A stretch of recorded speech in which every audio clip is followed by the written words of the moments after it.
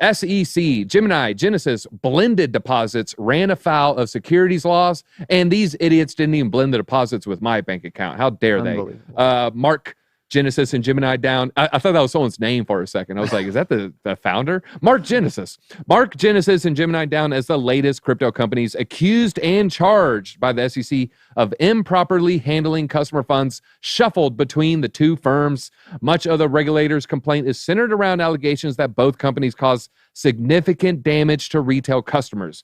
With Genesis otherwise engaged in crypto asset transactions with large institutional and other accredited investors, social media pushes undertaken by Genesis and Gemini fueled the exposure and amplified the pitfalls, the SEC said. So maybe they're putting out a little bit of a too bullish narrative, knowing behind the scenes it wasn't all roses. Yeah. The arrangement in SEC's estimation boils down to earned customers coughing up crypto to Genesis, with Gemini purportedly stepping in as an issuing agent. Gemini received, pulled, deployed, and paid interest on investors' assets, the regulator said. Gemini allegedly raked in about, not too much in this industry, $2.7 million in fees accordingly.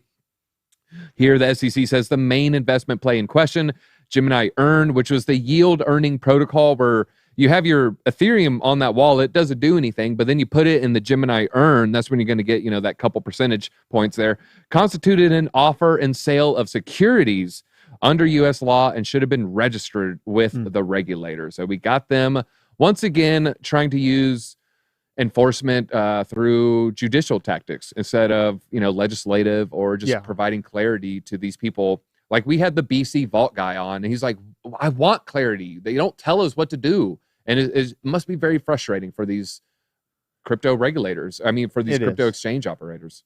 It is. I saw a note, kind of a highlight in this Gemini SEC deal that SEC is able to go after them because they were promissory notes exposing them to the crypto assets. So it's the promissory notes that the SEC is able to go to, not necessarily the crypto yet, but we'll see. Space Oddity kind of put it well. Gemini's so lazy, they couldn't even run their own Earn program.